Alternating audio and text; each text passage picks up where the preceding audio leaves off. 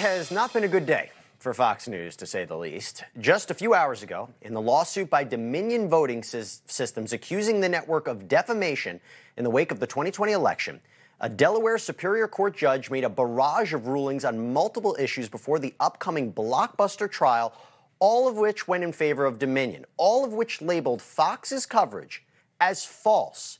Judge Eric Davis saying in his 130-page ruling in part, quote, "Through its extensive proof, Dominion has met its burden of showing there is no genuine issue of material fact as to falsity. Fox therefore had the burden to show an issue of material fact existed. In turn, Fox failed to meet its burden. The evidence developed in this civil proceeding demonstrates that it is crystal clear that none of the statements relating to Dominion about the 2020 election are true." So in other words, according to this ruling, it is not even up for debate for the jury in this lawsuit as to whether Fox News hosts opining that Dominion's voting machines were rigged to deny Donald Trump's re-election in the 2020 presidential elections were wrong. There's good reason here not to have confidence or not to believe this is fair. And how important do you believe the concerns that are being expressed in a number of states about the ability of these machines not to be hacked? Let me make this even more clear. According to the judge, it should be considered fact at this point that reporting like that was false.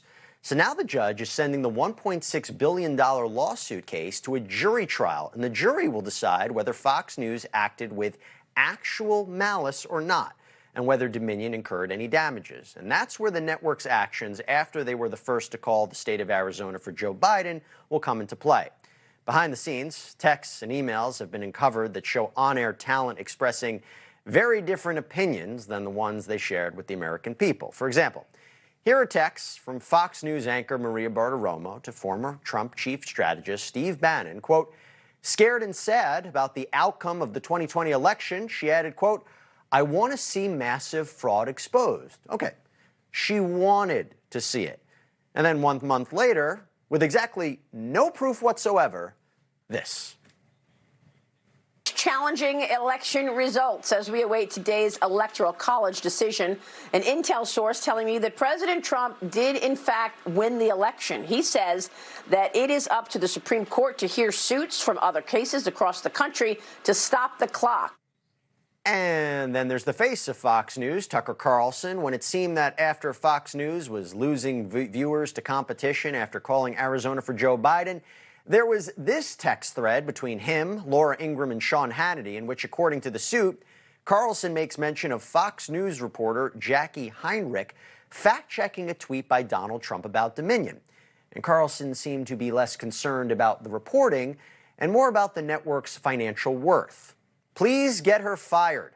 Seriously, what the F? Actually shocked it needs to stop immediately like tonight. It's measurably hurting the company. The stock price is down, not a joke.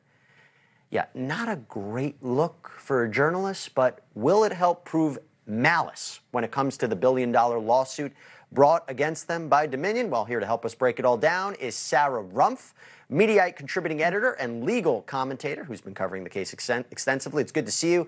So you wrote the piece, Judge Scorches Fox News' claim their Dominion coverage was protected opinion, sending media case of the trial to the century. Explain to everybody how big a deal this is by a ruling by a judge.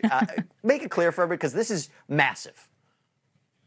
Okay, so in layman's terms, to prove defamation, like if I were suing you for defamation, I would have to prove that you said or published something that about me that was not true and that it caused me damages.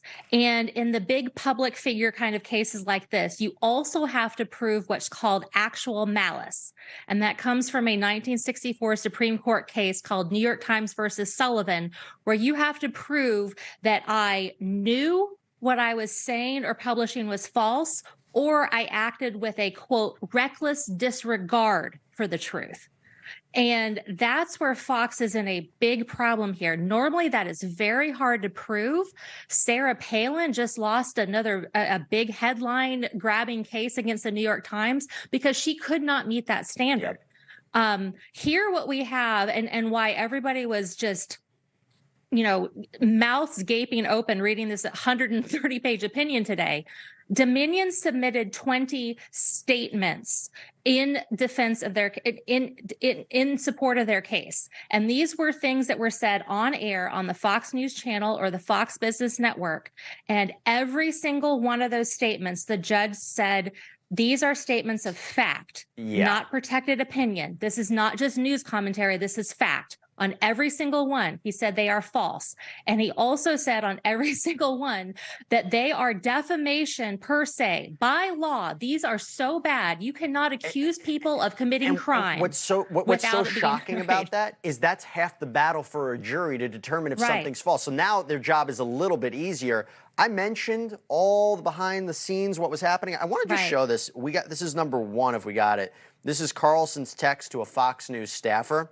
If we have it up, I'll show it. This is where he says, "We are very, very close to being able to ignore Trump most nights. I hate him passionately." And then we know that what he said on air was completely different. If we can play this real quick about how much he loves Donald Trump. Let's just play that difference real quick.